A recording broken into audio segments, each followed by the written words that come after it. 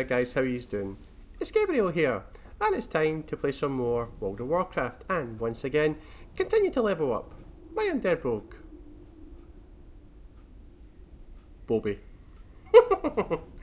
Now, this isn't your typical episode, guys. This is a little extra episode, shall we say. So today, which is Monday, the 1st of June, you're going to get your usual episode. That's already recorded. I recorded that yesterday. But this here, what I'm doing right now, this is a wee extra thing that I'm recording.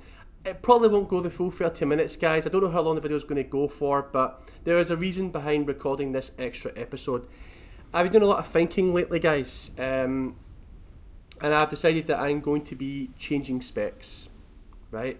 Now, we initially said at the start of the playthrough that we were going to spec into the subtlety tree because I wanted to spend a lot of time in stealth and I wanted to pick my moment to pounce on someone and kill them, basically. And we've essentially been doing that through questing.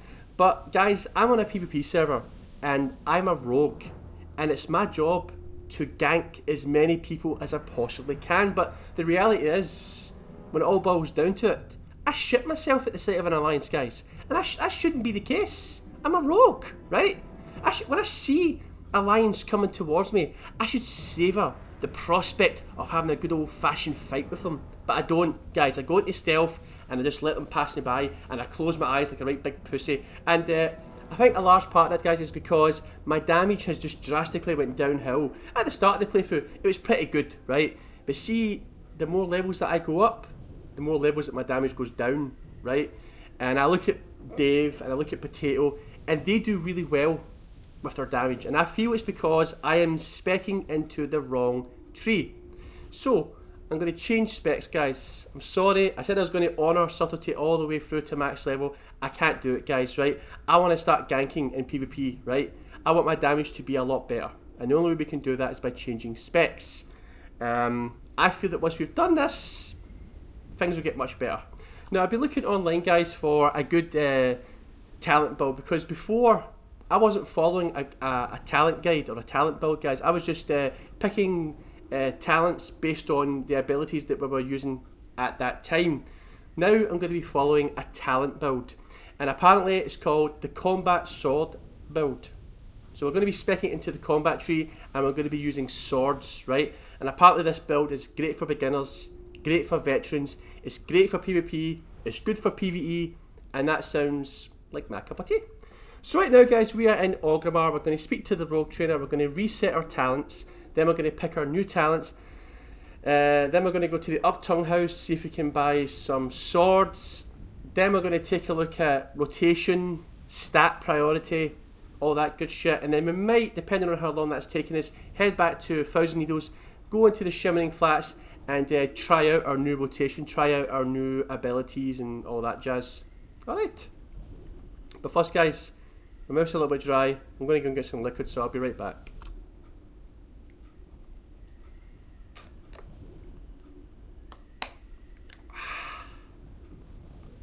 Yeah, I'm drinking water. What of it? It's even though it says Highland Spring, not being sponsored or endorsed, by the way. Even though it says Highland Spring, it's actually just filtered tap water. I've got one of those big water jugs, right? It's got a filter cartridge, so you turn on the tap and you let the water filter through, and it takes all the impurities, all the nasties, takes all that nasty tap tasting impurities out of the water and makes it taste fresh. See, if I was to give that to someone and say, here, here's a bottle of water, they'd think it was Highland Spring because it's that pure. I've got liquid badness, guys, but because I'm only recording this wee small episode, guys, I don't see the point. But anyway, right, someone just disabled the preview. Right, Shenfu. I'm going to reset my talents, buddy. How you do it, man? I wish to unlearn my talents. Wait a minute, hang on. Where can I go to improve my lockpicking, actually? The venture company based around Windshire Crag and Stone Talon keeps their supplies in locked boxes. Windshire Crag? Wait, what? You be careful, Wait. man. So, somewhere in this area right here, there's lock boxes where we can level our lockpicking. Because there is money, but tomorrow we're going to be doing a stream But it's not going to be a battleground stream, guys. It's going to be a profession stream, right? We'll do a battleground stream on the Thursday. But I think during the profession stream, guys, I'm going to come here and level up my lockpicking for a little bit. Somewhere in this area. I think I know where I need to go. But yeah, okay. Right, thanks, buddy. Relax. Right. I have lost my whistle and I have no more flares. Okay, doesn't matter. Anyway, I wish to unlearn my talents. Through rigorous retraining, I have had to break many students of all they have previously learned, so that I might teach them a new one.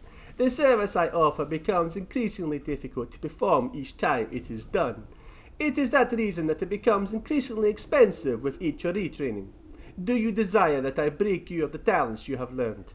Basically what he's saying is the more times you do this, the more expensive it costs. I think there's a cap. I think it goes up to 50 gold and no more.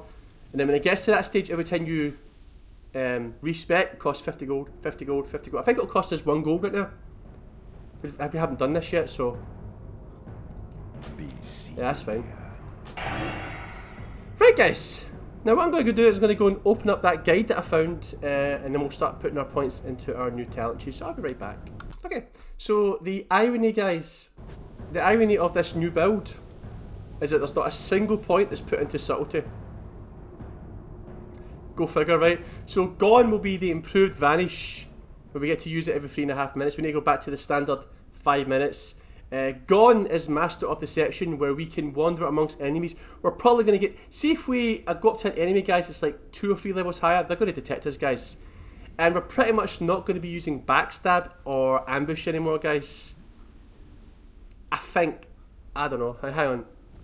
So let's open up the talent tree and go into combat. So it gives me a talent order from 10 right through to 60. So I'm just going to follow the guide to the T. So it says put the first 2 points into improved Sinister Strike. And the reasoning for that is this is a must-have talent straight away. Reducing the cost of Sinister Strike from 45 energy to 40 is critical to this build, as it enables the rogue to spam Sinister Strike more often and on every second tick of energy. Right, so in other words, it's essential. The next 3 will be put into improved Gouge, which I'm okay with, guys, because Gouge is an ability that we use a lot of and it's saved our skin more times than I care to mention, so right? Improved Gouge, an absolute necessity for survival. With Improved Gouge, a rogue can gouge an enemy and cast a nearly full Rune Cloth bandage, healing up a large portion of their health. In situations where the rogue doesn't need to heal, this can still be a great tool, allowing the rogue to gouge and wait for energy to pile up. We were already doing that. Thank you, guide, but you're stating the obvious, stuff that I already know. Right, the next 5 are put into this one, guys, Precision, which increases your chance to hit with melee weapons by 1%. Remember, how many times in this playthrough have we seen the dodge, parry, miss, miss, miss, dodge, parry? Hopefully, this will reduce that, guys. So let's put all 5 points into this. And let's see what it says about this. Hit rating is pretty much non-existent until the later stages of the leveling process. By picking up 5 points in Precision as quickly as possible, a rogue can secure a solid 5% hit, which goes a really long way in damage output. For clarity's sake, the minimum hit rating required to land every ability attack is 9% hit rating. While not all the way there, it's certainly better than 0%. Damn straight, brother. Woohoo! Yeah! Okay, and then we put the next 2 points into Endurance, which reduces the cooldown of your sprint and evasion abilities by 1.5 minutes, right? Now guys, we love our sprint, right? Especially in PvP, we love our sprint, but once we use it, we can't use it again for another 5 minutes, right? Same with evasion, we use evasion and sprint all the time, right?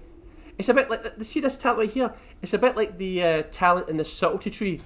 This one right here. Reduces the cooldown of your vanish and blind abilities by 45 seconds. It's a bit like that, only it reduces sprint and evasion. Guys, I'm over the moon with that, so that is good. And what does it say about this here? Endurance is fantastic for leveling. Both sprint and evasion are defensive cooldowns, as sprint can be used to run away from a pack of enemies, and evasion allows you to face tank a group if necessary. Having both of these abilities on a shorter cooldown is a must have. Okay. You're right, babe. You're right. Right, and the next 2 points is improved sprint, which gives us a 100% chance to remove all movement impairing effects when you activate your sprint ability. So it says here, improved sprint, while not an absolute necessity, is really great on a PvP server.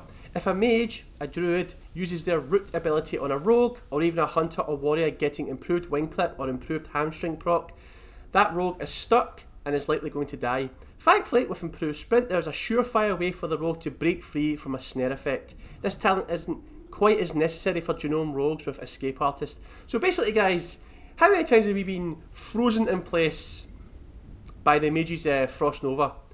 Activating sprint breaks free of that, guys. It actually, yeah.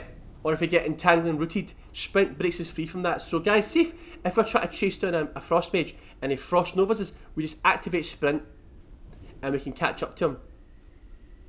And because sprint is on a even lower cooldown, it's just great, guys. Right, next up is, for some bizarre reason, we just put 1 point into lightning reflex, which increases your dodge chance by 1%. Let's see what it says about that.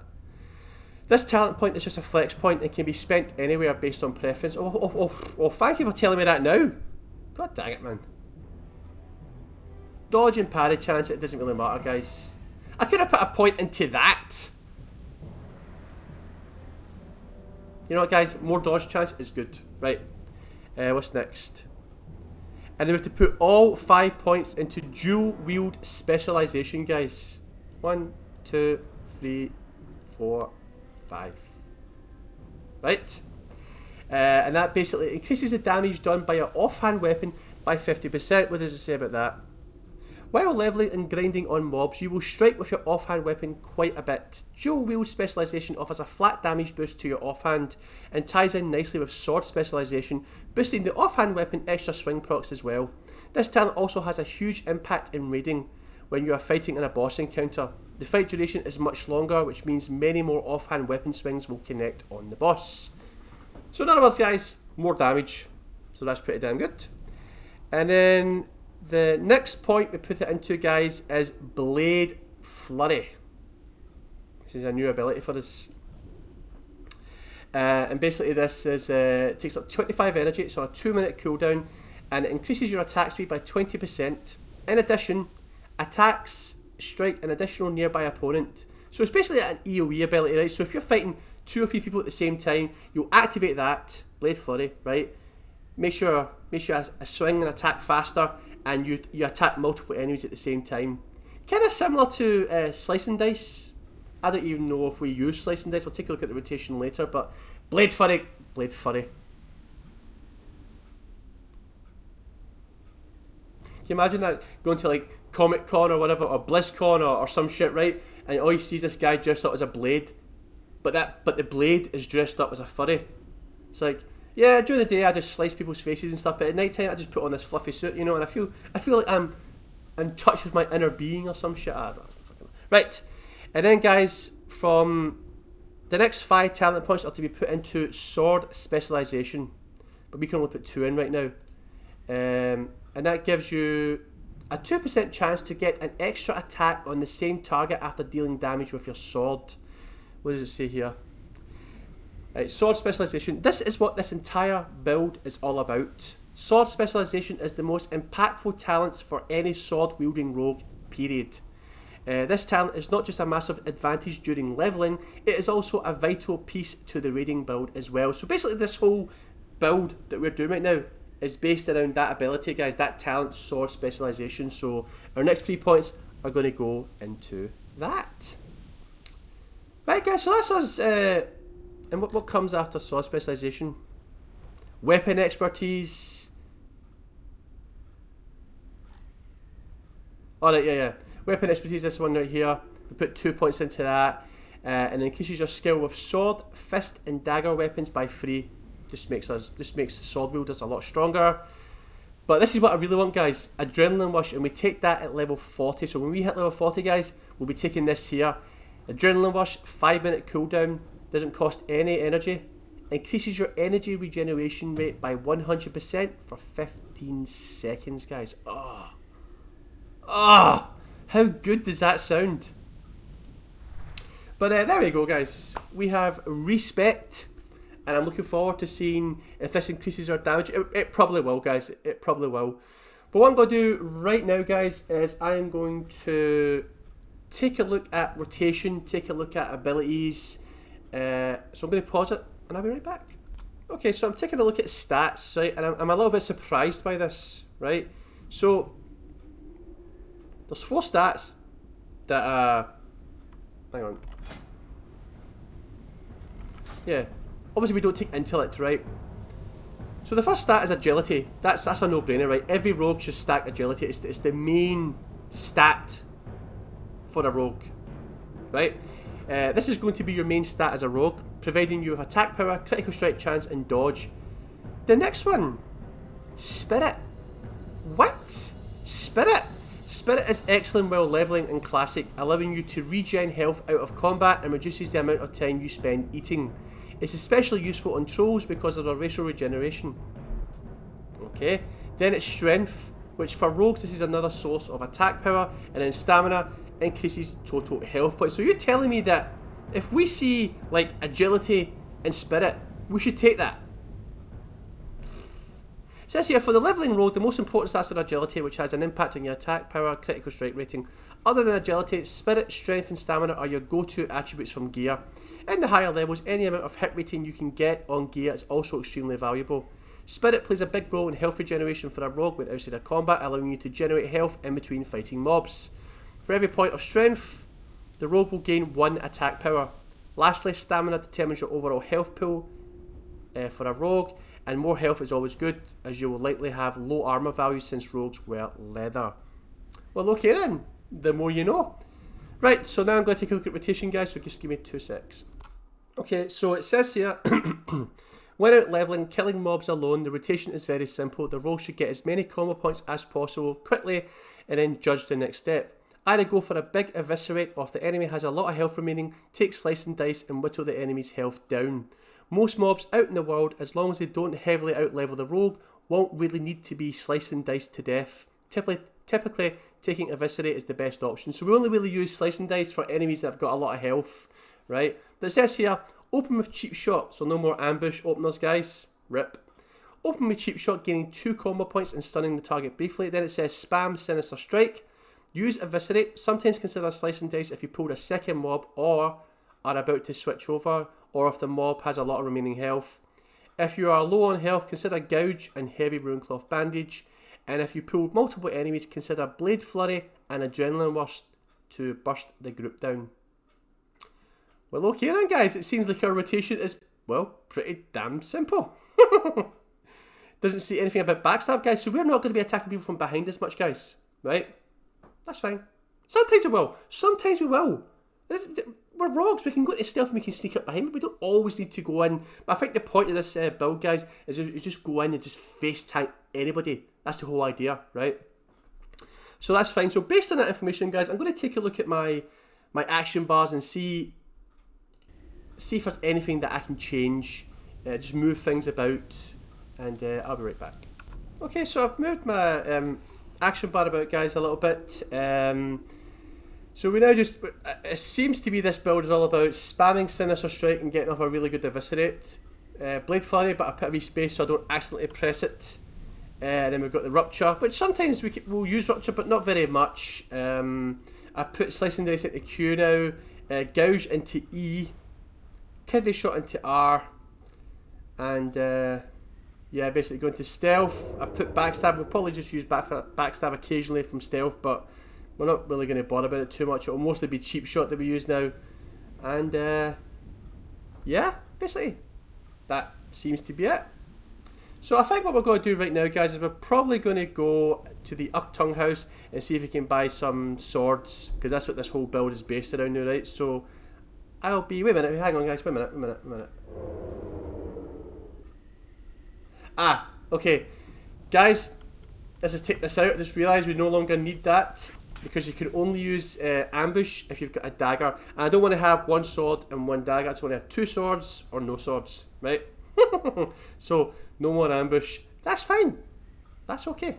That's fine. But anyway, guys, let's make our way to the Uptung House and I will be right back. Actually, I literally just remembered we dinged level 32 in the last episode, guys. So what we're going to do instead, speak to the Rogue Trader, see if he has anything to teach us. I've got Garrot, rank 3. Oh, fuck, guys. Because I want to try and save myself. But actually, I do have some stuff in the mailbox, guys. Well, what else have we got here? And we need to take a visit, right? We need... See, another thing that I've learned, guys, right? If you look at the damage, that 32 damage is garbage, right? So people have said to me that, why not just take rank 1 gouge? Why not just use rank 1 gouge? I mean, does it take less energy? 45 energy. Let's take a look at something, you guys. Give me a sec. Hang on. Right. That's rank 2. So still the same energy. Well, it doesn't really matter then. It doesn't matter. Because see, like, there's some abilities, right? See, I'm leveling a shaman off cam, right?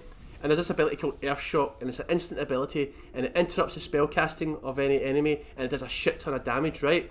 But I use Earthshock twice. I use the max level Earthshock to finish off enemies and get a big burst of damage. But I use rank 1 Earthshock because I'm not worried about the damage, I'm just worried about the interrupt. So I use a rank 1 Earthshock to interrupt the spell casting because it doesn't cost anywhere near as much mana as a rank 4 Earthshock, say. But it seems to be the exact same energy, so it doesn't matter. Right. What you want? I'm training, bruv. Wound poison. Oh, what's that? Oh, we got access to a new poison, guys. What's this? Coats a weapon with poison that lasts for 30 minutes. Each strike has a 30% chance of poisoning the enemy, reducing all healing effects used on them by 55. So that's good against healers, right? And disarm trap, right. I think the only thing we're going to take here, guys, right now is Eviscerate, since that's going to be one of our primary abilities. So give it. Stay away from and then we will try this. It looks like it's going to be a full 30-minute episode, guys. Go figure, you know.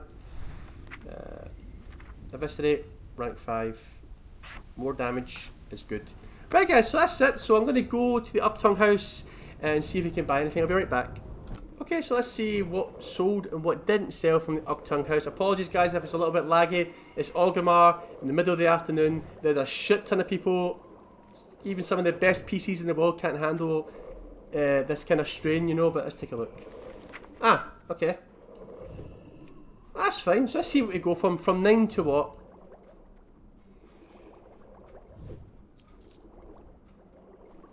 $12. Okay, that's fine. That's fine. Right. Let's go, guys. Let's go into the Uptung House. See if we can get ourselves a nice little sword. That's the main priority right now, guys. And see, because spirit is no longer a problem for us, guys. If we see some spirit, agility, spirit, whatever, we're taking it, man. We're taking it! Right. So let's just do a wee quick scan while we're waiting. I know this hasn't been the most exciting episode, guys, but like I said, this is a wee extra episode. You're going to get 2 episodes today. And this is just, because, guys, I didn't want to have to, like, because a few episodes ago, I spent like 15 minutes going over all the new add-ons that I installed, and it was boring. And I didn't want to spend another episode, but I spent the first half of the episode doing this. Because you see, it's taken us 23 minutes so far. I don't want to spend, you know what I mean? So it's like, this is just a wee extra thing. Alright. Right, here we go. He's running into a wall. Right, weapons. Obviously, guys, now when we go into... Wait, do we even have... Do we have sword specialization? We don't. Well, ain't that a bitch, yeah? Give me 2 seconds, guys. Yeah, we need to go to Undercity, guys, to speak to somebody called Archibald. Yeah, he trains us in one-handed. So I honestly thought I'd already done it. Obviously, I didn't, right? So once we've bought the swords, guys, we'll head back to Undercity and speak to Archibald, and we'll take, we'll learn one-handed swords. Right. Okay. So we'll organise it in order of level, and let's see what we can get.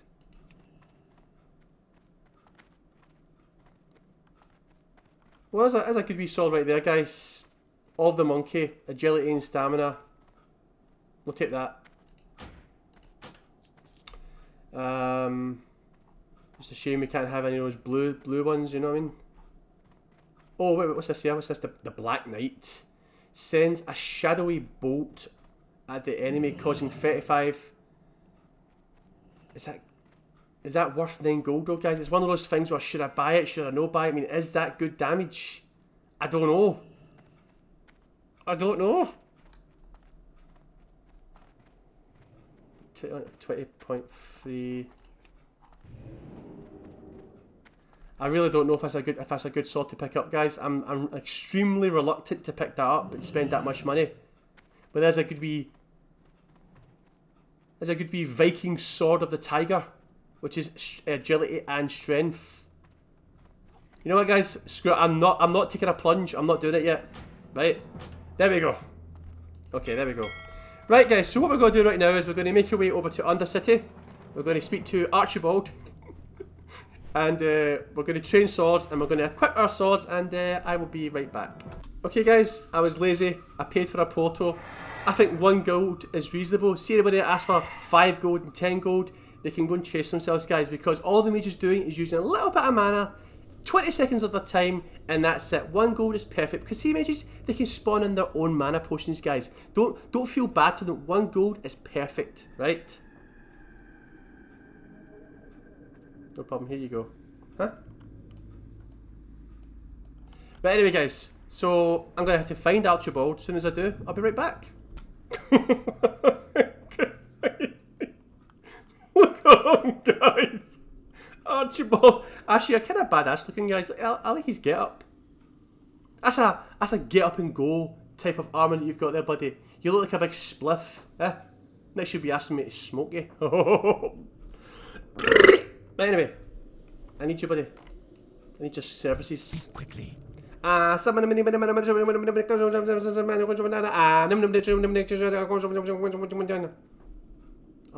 a rap god, buddy.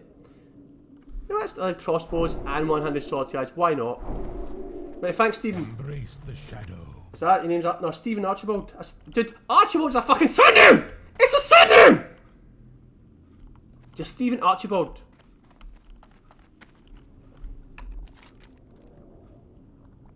Okay. So now what we're going to do, guys, we're going to make our way to the mailbox, get our swords, and put them on, basically. Be right back. Okay. Got our 2 swords. Nice, nice, guys, are nice, nice. Right. So let's put them on, guys.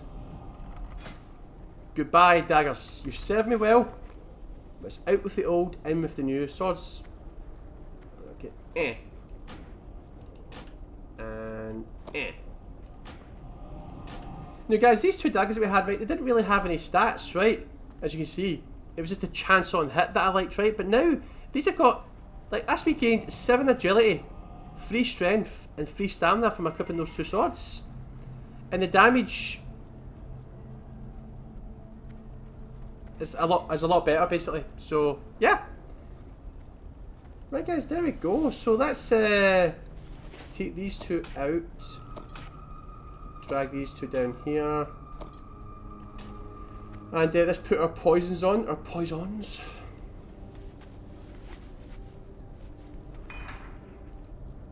Actually, guys, you know what I just realised? Another thing I read in that guide. It says that you're not really supposed to...